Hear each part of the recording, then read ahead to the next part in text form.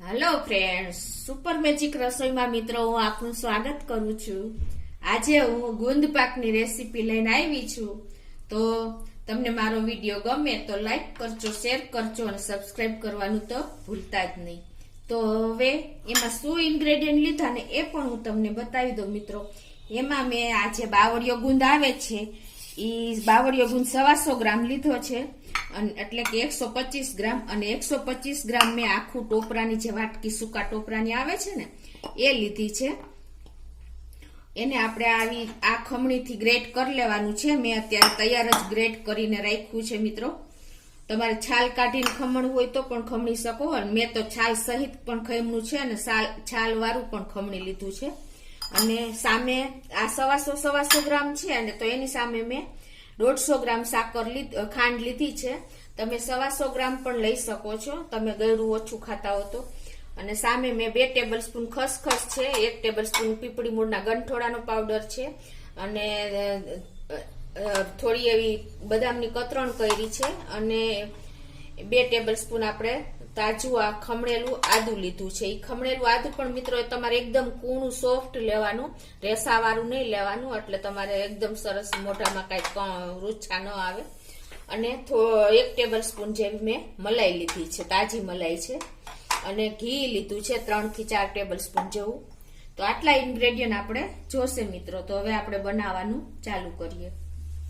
અત્યારે શિયાળાની ગુલાબી ઠંડીમાં આપણે ગુંદ પાક ખાસ ખાવો જોઈએ। આ ગુંદ પાક હું તમને એકદમ સરળ રીતે બનાવીશ, જે તમારે દાંત વગરના માણસો, આપણા વડીલો પણ ખાઈ શકશે। અને આ ગુંદ પાક આપણે લોટ કે માવાનો ઉપયોગ કર્યા વગર આપણે બનાવવાના છે, જે એકદમ હેલ્ધી અને ટેસ્ટી બનશે, જે બાળકોને પણ ચોકલેટની જેમ માગીને ખાશે, એટલો મસ્ત ગુંદ પાક બનશે મિત્રો। તો હવે એના માટે આપણે પેલા ગેસ ઓન કરશું।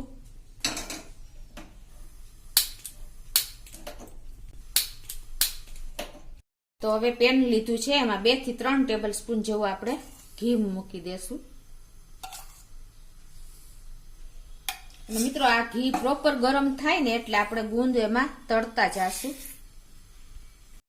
મિત્રો આપણે શિયાળામાં ખાસ ગુંદનો ઉપયોગ કરવો જોઈએ, કારણ કે ગુંદનું સેવન કરવાથી આપણને જો શરીરમાં ગરમાવો મળે છે, અને ગુંદમાં એન્ટીઓક્સિડન્ટ, એન્ટી ઇન્ફ્લેમેટરી જેવા ગુણ રહેલા છે, અને જે આપણા શરીરને ઇમ્યુનિટી બૂસ્ટ કરે છે, લોહીની ઉણપ દૂર કરે છે, અને વાયરલ ઇન્ફેક્શનથી આપણને બચાવે છે, અને જે આપણા ફેફસામાં કફ રહેલો છે ને એને કાઢી નાખે છે।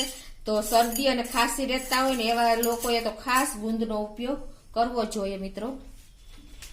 હવે મેં ઘી મીડિયમ ફ્લેમ ઉપર જ રાખ્યું છે, અને આપણું ઘી પણ ગરમ થઈ ગયું છે। તમારે ગુંદ હંમેશા મીડિયમ ફ્લેમ ઉપર જ તળવાનો છે। તો આપણે થોડો ગુંદ તળતા જાશું, અને આપણે એકદમ કાચો ન રહે એનું ખાસ તમારે ધ્યાન રાખવાનું છે। એનું કારણ એ છે, જો કાચો રહેશે ને મિત્રો તો તમને દાંતમાં ચોટશે અને આપણો ગુંદ પાક બગડશે। જે આપણે વસ્તુ બધી ઉપયોગી ઉમેરી છે એ પણ બગાડ થશે મિત્રો। તો તમે ખાસ આ નોટ કરજો કે આપણો ગુંદ ઘણી કાચી ન રહેવી જોઈએ। તો આ રીતે આપણે થોડો ગુંદ ઉમેરતા જાશું અને તળી લેશું આ રીતે। ગેસની ફ્લેમ મિત્રો મીડિયમ જ રાખવાની છે।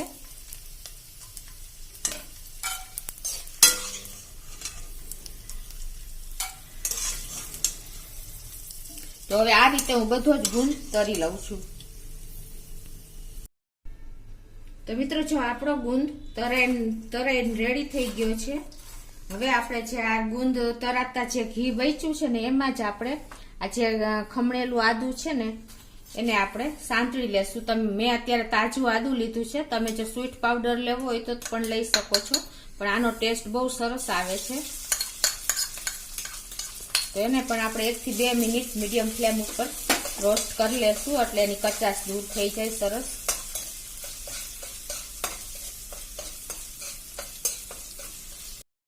તો મિત્રો જો આ રીતે આપણે આદુને રોસ્ટ કરી લેવાનું છે, અને તમને મેં કીધું એમ એકદમ કૂણું આદુ લેશો ને તો સરસ એનો ટેસ્ટ આવે છે। આ આદુ મેં અત્યારે ખમણેલું છે એ 2 ટેબલ સ્પૂન છે।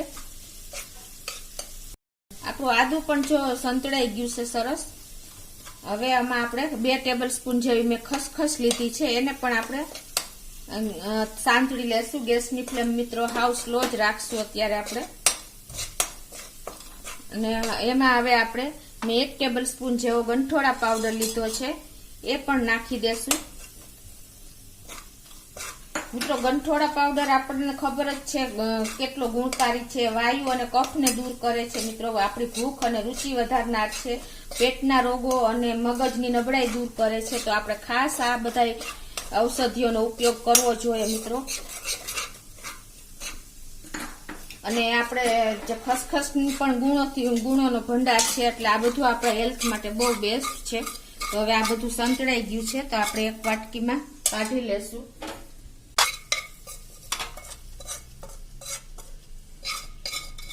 આપણે જે ગુંદ તૈયાર છે ને એને પણ હવે આપણે સેજ વાટકીના તળિયાથી આપણે એને સેજ પ્રેસ કરી લેશું, એટલે થોડોક કચરા જેવો ભૂકો થઈ જાય આ રીતે. તો મિત્રો જો આ રીતે આપણે ગુંદનો ભૂકો કરી લેવાનો છે, એટલે એકદમ સરસ મેચ થઈ જાય. હવે આપણે આ ગુંદનો ભૂકો થઈ ગયો છે, તો આ બાજુ હું જો મેં પ્લેટ પણ જેમાં આપણે ગુંદ ઢાળવાનો છે એને પણ આવી રીતે ઘીથી ગ્રીસ કરી લીધી છે, નહીતર પછી આપણે ટાઈમ નથી રહેતો મિત્રો. અને જે આપણે ટોપરું લીધું છે, વાટકી ટોપરું, એને પણ મેં તમને કીધું એમને આ રીતે ખમણી લીધું છે. એક સરખી આ રીતે ખમણી, આવી નાની ખમણી હોય ને એનાથી જ આપણે આ રીતે ખમણી લેવાનું છે. કેમ કે જો આપણે મિક્સરમાં ક્રશ કરશું ને તો એમાંથી તેલ છૂટું પડશે, એટલે આ રીતે ખમણીથી જ આપણે ખમણવાનું છે, એટલે એક સરખું થાય. તો હવે આપણું આ બધું રેડી થઈ ગયું છે. તો હવે એના માટે આપણે હવે આગળ પ્રોસીજર કરશું. તો એમાં આપણે હવે ચાસણી બનાવવાની છે. આ બે 125 ગ્રામ છે ગુંદ અને ટોપરું, તો એની સામે મેં અત્યારે 150 ગ્રામ ખાંડ લીધી છે. તો હવે ગેસ ઓન કરીને આપણે ચાસણી કરશું. તો આપણે સાકર પેનમાં નાખીને આપણે ખાંડ ડૂબે ને એટલું જ પાણી લેવાનું છે.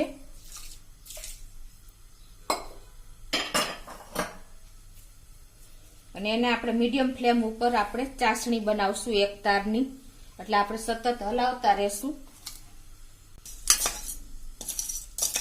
તો આ રીતે આપણે હલાવતા જાશું, ગેસની ફ્લેમ મીડિયમ રાખશું, એટલે આપણી ચાસણી સરસ તૈયાર થાય. મિત્રો ટોપરું છે ને એ આપણે ખાસ શિયાળામાં સેવન કરવું જોઈએ, કેમ કે ટોપરામાં કોલેસ્ટ્રોલનું પ્રમાણ નહિવત હોય છે, જે બાળકોને પણ ખાસ આપવું જોઈએ, કારણ કે મગજ સતત કરે છે, હાર્ટને લગતી બીમારી દૂર કરે છે. તો મિત્રો ટોપરામાં એન્ટીઓક્સિડન્ટ પણ રહેલું છે, જે ફેફસામાંથી કફ પણ દૂર કરે છે. તો ખાસ આપણે સેવન કરવું જોઈએ. આપણી ખાંડ ઓગળી ગઈ છે અને આપણે હવે એક તારની ચાસણી કરવાની છે. તો આપણે ચેક કરી લઈએ એક ટીપું નાખીને આ રીતે પ્લેટમાં. હજી મિત્રો આપણી ચાસણી ચીપચીપી જ છે, હજી તાર તમે જોઈ શકો છો બનતો નથી. તો હવે આપણે થોડીક વાર હજી એને થાવા દેશું. આપણે ચાસણી ચેક કરી લઈએ આ રીતે. હવે એને આપણે ઠંડી થવા દઈએ એટલે તાર ચેક થઈ જાય. અને ગેસની ફ્લેમ મિત્રો અત્યારે આપણે ચાસણી ચેક કરતા હોય ને ત્યારે એકદમ સ્લો કરી નાખવાની.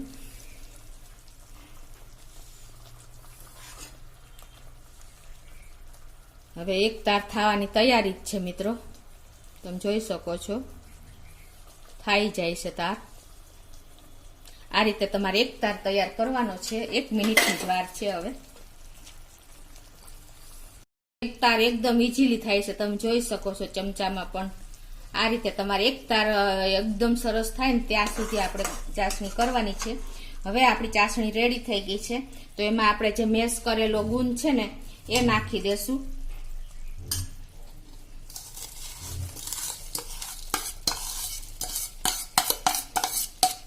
અને આપણે જે આ ટોપરું ગ્રેટ કર્યું છે ને એ પણ નાખી દેશું. હવે આને આપણે બધું મિક્સ કરી લેશું સરખું.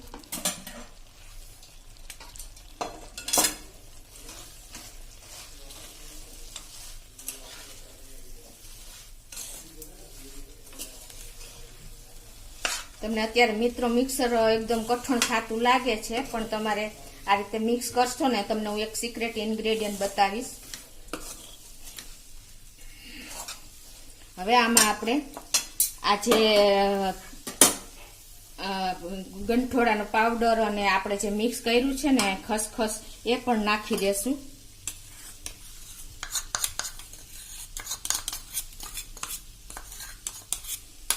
અને આપણે થોડીક બદામની કતરણ પણ નાખી દેશું. હવે આ બધું આપણે સરસ મિક્સ કરી લેશું. હવે મિત્રો તમે જોઈ શકો છો કે એકદમ આપણું મિક્સર એકદમ કોરું થવાનું તમને એમ લાગે છે કે સાવ ડ્રાય થઈ જાય છે. તો હવે આપણે સિક્રેટ ઇન્ગ્રેડિયન્ટ શું ઉમેરવાનું કે એકદમ આપણો ગુંદ પાક એકદમ સોફ્ટ રહે એના માટે મેં 2 ટેબલ સ્પૂન જેવી આપણે મલાઈ લીધી છે તાજી, એ એડ કરી દેશું.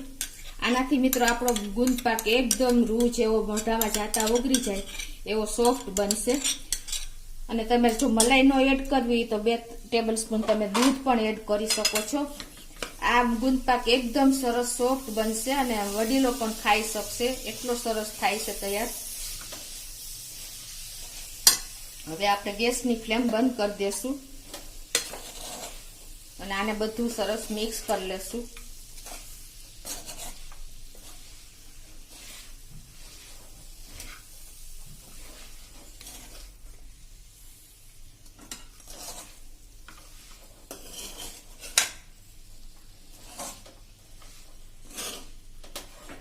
મિત્રો જો હવે આપણે બધું સરસ મિક્સ કરી લીધું છે અને આપણું ઘી પણ છૂટું પડી ગયું છે, તમે જોઈ શકો છો.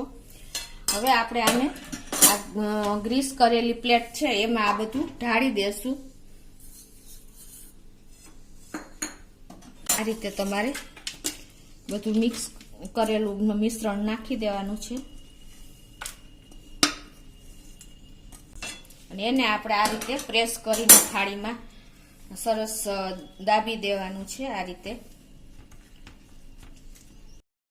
આપણે પ્રેસ કરી લીધું છે. હવે એમાં આપણે જે થોડોક બાકી બચાવ્યો હતો ગુંદ એ ઉપર ડેકોરેશન માટે નાખી દેશું આ રીતે. અને આપણે ટોપરાની બદામની કતરણ થોડીક છે એ પણ સ્પ્રિંકલ કરી દેશું આ રીતે ઉપર. અને થોડીક આપણે ખસખસ પણ બચાવી હતી એ પણ આપણે ઉપર સ્પ્રિંકલ કરી દેશું આ રીતે. ખસખસનો ટેસ્ટ ને લુક બંને બહુ સરસ લાગે છે મિત્રો. હવે એને આપણે આ રીતે સેટ પ્રેસ કરી દેશું એટલે એકદમ સરસ એમાં થઈ જાય સેટ. તો મિત્રો હવે એને આપણે આવી રીતે પીસ કરવા માટે આકા કરી લેશું.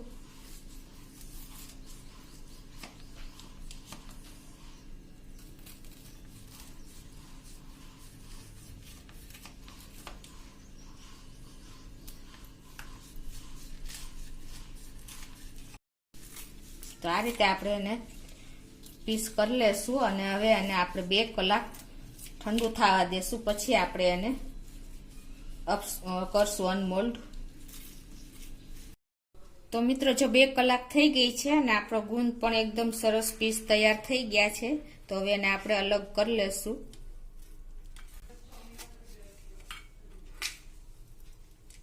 આ રીતે તમે જોઈ શકો છો મિત્રો એકદમ સરસ પીસ પડી ગયા છે. તો એને આપણે આ રીતે પ્લેટમાં કાઢી લેશું.